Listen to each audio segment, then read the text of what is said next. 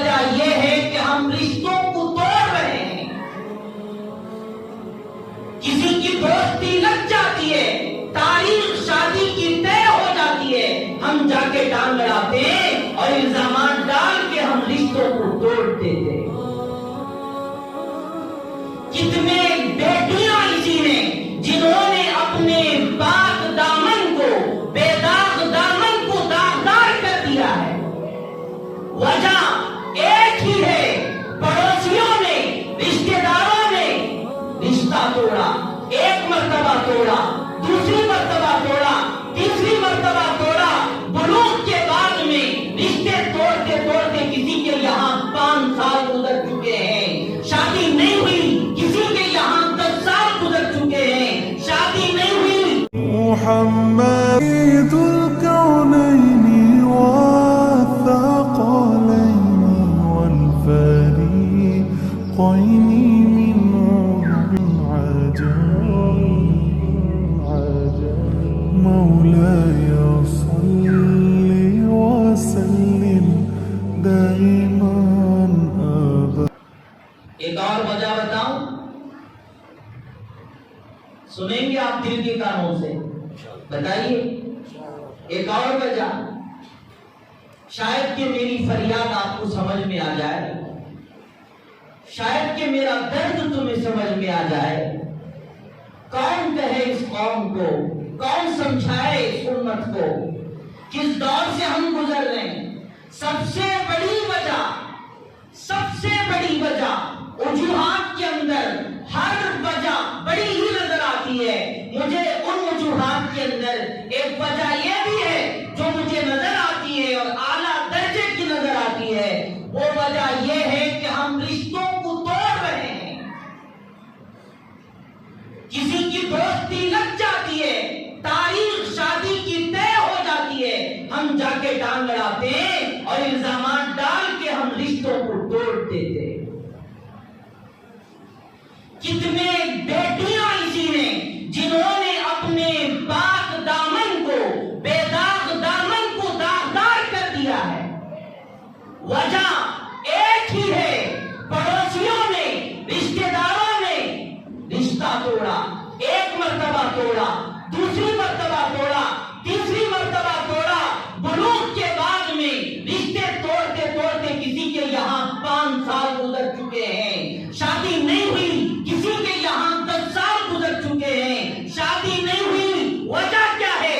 پڑوسیوں نے دشمنی کی, رشتہ داروں نے دشمنی کی اور انہوں نے رشتوں کو توڑا. اس طرح کرتے کرتے شادی کا وقت ہی گزر چکا ہے. او ظالموں, او بے شرموں, او بے حیا لوگوں, آخر کب تک یہ کام کرو گے؟ کیا اللہ کی پکڑ کا تمہیں اندازہ نہیں ہے؟ او میری ماں اور بہنوں, تم یہ جو کام کر رہی ہو رشتوں کو توڑنا, کیا تمہیں اللہ کا خوف نہیں؟ اگر تمہاری بیٹی گھر میں بیٹھ جائے تو کیا ہوگا؟ تمہاری بیٹی کا اگر گھر سے نکاح نہ ہو, وہ تو دوسروں کی وہ بہو نہ بنے تو تمہارا انجام کیا ہوگا؟ کتنے مواقع ایسے آئے, کتنی مرتبہ دوستیاں توڑی گئی. ذرا ان کے دلوں کا بھی اندازہ لگاؤ. تمہیں تو دشمنی ان کے والدین سے ہے, ان معصوم بچیوں سے تو نہیں ہے.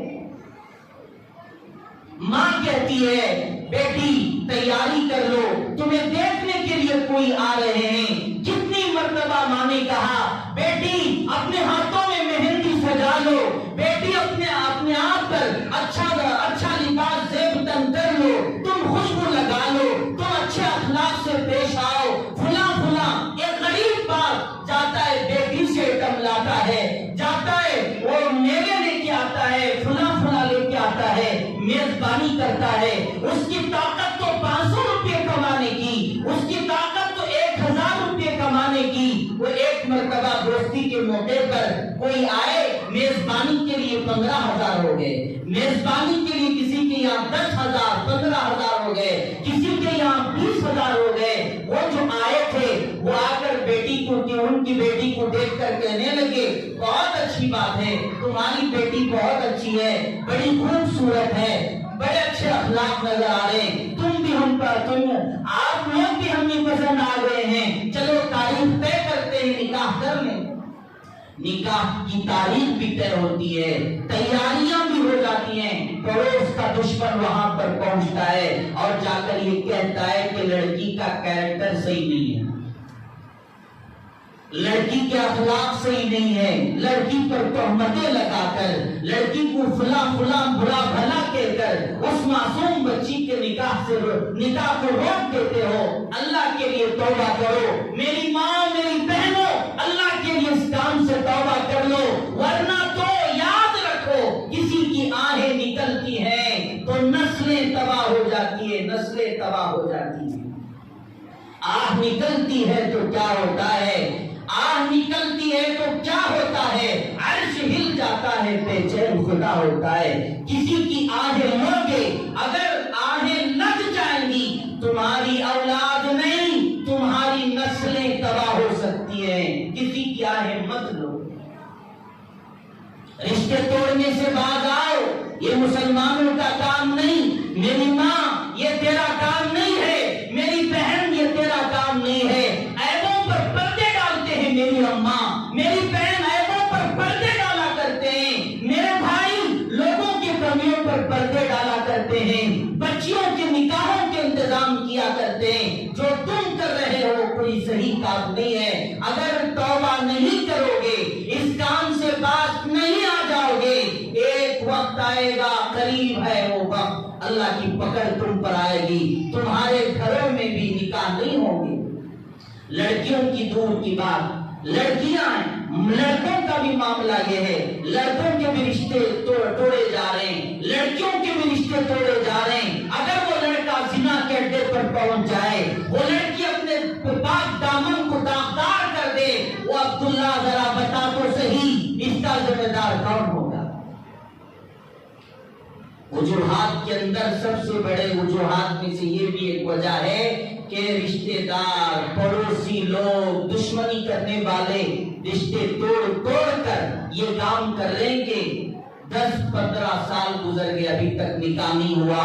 کچھ ایسے بھی گھرانے ہیں جو مجبور ہو کر روتے ہوئے، آہیں بھرتے ہوئے، ہماری بچی کی کروٹیں رات میں دیکھ کر، ہماری بچی کی سسکیاں لیتے ہوئے ہمیں دیکھ کر برداشت نہیں ہو رہا ہے، یہ ذاتی مقام ضرور ہے، مگر وہ اپنے بچی کے نکاح کے لیے گاؤں چھوڑ کر کسی اور جگہ چلی جاتی ہے، وہاں جا کر نکاح بہت خوف کے ساتھ، ڈر کے ساتھ، کوئی نہ دیکھے، کوئی نہ پوچھے، یہ کہتے ہوئے، جبکہ وہ پاک دامن ہے، وہ اخلاق والی ہے، وہ اس کے اندر پورے کمالات موجود ہیں، اس کے باوجود ڈر اور خوف سے اس لیے کرتے ہیں کہیں وہ دشمن آ کے پھر شادی سے نہ روک دے، شادی کو نہ روک دے۔ اللہ کے لیے کام نہ کرو، دشمنی ہوتی ہے، دشمنی ایسی دشمنی نہیں ہوتی، ارے عیبوں کو پردہ ڈالا جاتا ہے، اللہ تعالیٰ اگر ہمارے عیبوں کو کھول دے، اللہ تعالیٰ اس بات پر قادر ہے، ان اللہ علی کل شیء قدیر، اللہ نے ہمارے عیبوں پر پردے ڈال دیے، اس لیے تم اکڑ کر رہے ہو، فخر کر رہے ہو۔ یاد رکھو اگر ایسا معاملہ رہے گا اللہ گھر میں بٹھا کر ذلیل کریں گے، یہ اللہ کا معاملہ ہے، یہ اللہ تعالیٰ پکڑ میں آ جائے، پکڑ کرنے میں آ جائے۔ ان بطش ربک لشدید، کان کھول کے سنیں، اللہ کا اعلان ہے جب ہم پکڑیں گے ہماری پکڑ مضبوط رہے گی۔ میں آپ کے سامنے یہ کہتا ہوں، بڑے غم کے ساتھ کہتا ہوں، بڑے درد کے ساتھ کہتا ہوں، میری فریاد کو سن لیں، کوئی ایسا کام نہ کریں، آئندہ کام نہ کریں۔ اگر یہ کام میں تم ملوث تھے، اس گناہ میں اگر تم مبتلا تھے تو آج ہی اسی مجلس میں توبہ کر لیں۔ جو ہماری مائیں بہنیں سن رہی ہیں یا بعد میں سنیں گی، ان سے بھی یہی گزارش ہے کہ اللہ کے لیے رشتوں کو توڑنے سے باز آ جائیں، ورنہ تو یہ نسل پھر تباہ ہو جائے گی، زنا کی طرف جائے گی، گناہوں میں جائے گی، تمام کا تمام غبار تمہارے سروں پر آ کے پڑ جائے گا۔ امید ہے ہماری بات آپ سمجھ گئے ہوں گے۔ اللہ تعالیٰ ہمیں تمام گناہوں سے بچنے کی توفیق عطا فرمائے۔